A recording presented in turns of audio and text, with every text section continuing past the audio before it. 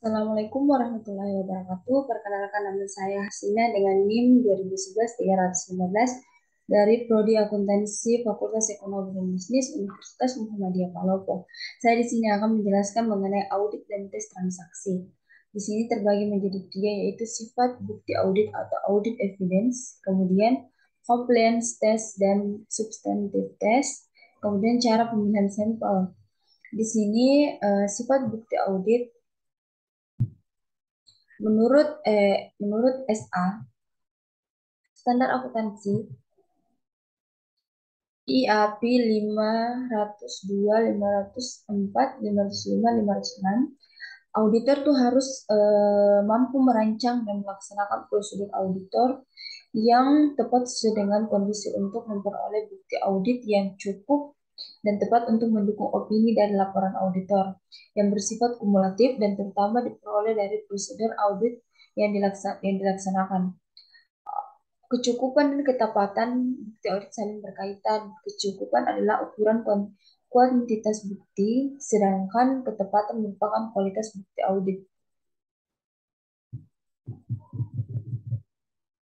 Kemudian,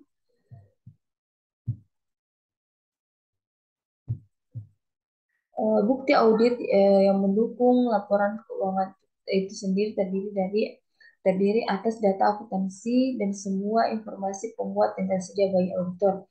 Bukti yang mendukung laporan keuangan mencakup jurnal, buku besar, buku pembantu, dan buku pedoman akuntansi serta catatan seperti lembaran kerja worksheet dan spreadsheet yang mendukung alokasi biaya, perhitungan, dan rekonsiliasi keseluruhan. Kemudian bukti audit penguat meliputi informasi tertulis maupun elektronik seperti cek, catatan elektronik, first system, faktur, surat kontrak, notulen rapat, konfirmasi, dan referensiasi yang dikembangkan oleh atau tersedia bagi auditor. Untuk dapat dikatakan kompeten, bukti audit harus sah dan relevan. Ada 6 tipe bukti audit menurut Conrad. Yang pertama, physical evidence, evidence obtained through confirmation, documentary evidence, mathematical evidence, kemudian analytical evidence, dan hearsay evidence. Kemudian kita kembali membahas mengenai compliance text dan substantive test. Di sini terbagi menjadi dua lagi. Yang pertama,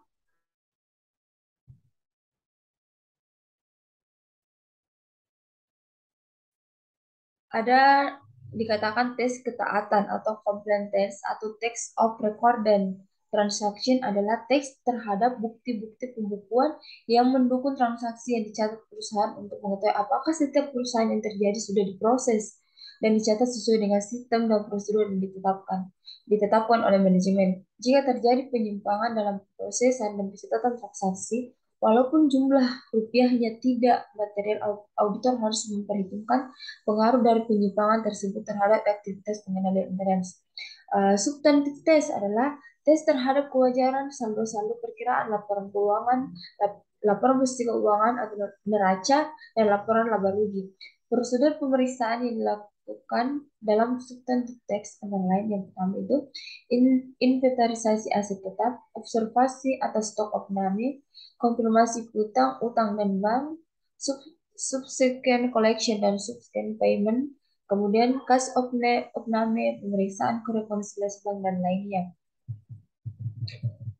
Kemudian dalam teks ketaatan terdapat dalam pelaksanaannya komplain teks auditor harus memperhatikan hal-hal sebagai berikut, yaitu yang pertama itu kelengkapan bukti pendukung atau supporting dokumen, kemudian kebenaran perhitungan matematis atau pooling, cross pooling, extension, kemudian otorisasi dari pejabat perusahaan yang berwenang, kebenaran nomor perkiraan di debit atau di kredit, kebenaran posting ke buku besar dan subbuku besar. Compliance test bisa dilakukan pada waktu interim audit dan dilanjutkan setelah perusahaan melakukan penutupan buku pada akhir tahun. Jika pada waktu melakukan substansi test, tentu auditor menemukan kesalahan-kesalahan harus dipertimbangkan. Apakah kesalahan tersebut jumlahnya material atau tidak? Jika kesalahannya material, auditor harus mengusulkan audit adjustment secara tertulis dalam bentuk daftar audit adjustment. Jika usulan adjustment tidak disetujui klien dan auditor yakin usulan adjustment tersebut benar, maka auditor tidak boleh memberikan unqualified opini. Jika kesalahan tidak material atau imaterial, auditor tetap perlu mengajukan usulan adjustment, tetapi tidak perlu dipaksakan karena tidak akan mempengaruhi opini akuntan publik. Kemudian yang terakhir,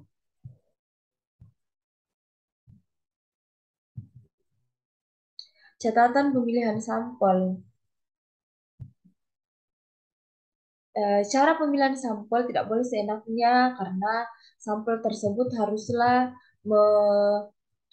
mewakili universe universe atau keseluruhan secara tepat karena jika sampel yang dipilih tidak tepat akan mempengaruhi kesimpulan yang ditarik. Kemudian sampel harus dipilih dengan cara tertentu yang bisa dipertanggungjawabkan sehingga sampel tersebut betul-betul representatif. Menurut standar akuntansi 532, risiko sampling risiko bahwa kesimpulan auditor yang didasarkan pada suatu sampel dapat berbeda dengan kesimpulan jika prosedur audit yang sama diterapkan pada keseluruhan populasi. Risiko non-sampling, risiko bahwa auditor mencapai suatu kesimpulan yang salah dengan alasan apapun yang tidak terkait dengan risiko sampling. Kemudian sampling statistik, suatu pendekatan sampling yang memiliki karakteristik sebagai berikut. Yang pertama itu pemilihan unsur-unsur sampel dilaksanakan secara acak dan penggunaan teori probabilitas untuk menilai hasil sampel, termasuk untuk mengukur risiko sampling. Pendekatan sampling yang tidak memiliki karakteristik 1 dan 2 dianggap sebagai sampling non-statistik. Kemudian auditor dianjurkan untuk terlebih dahulu menyusun sampling plan sebelum memilih metode sampling apapun yang digunakan. Beberapa cara pemulihan sampling yang sering digunakan adalah yang pertama random atau Jackman sampling. Pemilihan sampel dilakukan secara random dengan menggunakan Jackman akuntan publik. Kemudian block sampling, dalam hal ini auditor memiliki transaksi di bulan-bulan tertentu sebagai sampel. Ketiga, statistical sampling, pemilihan sampel dilakukan secara ilmiah sehingga walaupun lebih sulit namun sampel yang terpilih betul-betul representatif.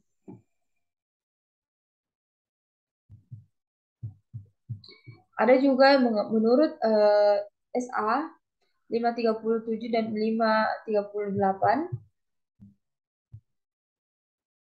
menurut keputusan untuk menggunakan pendekatan statistik atau non statistik dalam sampling tentu membutuhkan pertimbangan auditor. Namun ukuran sampel bukan merupakan kriteria yang tepat untuk membedakan antara pendekatan statistik atau non statistik. Menurut SA 530/10, pengevaluasian hasil sampling audit untuk pengujian pengendalian tingkat penyimpangan sampel yang tinggi yang tidak diharapkan dapat meningkatkan risiko kesalahan penyajian material yang telah ditentukan, kecuali diperoleh bukti audit tambahan yang memperkuat penilaian awal risiko tersebut.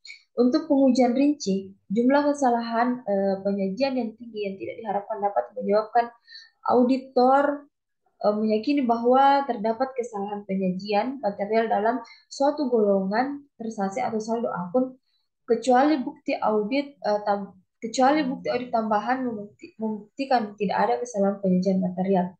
Mungkin itu saja yang dapat saya jelaskan. Mohon kurang dan lebihnya mohon dimaafkan.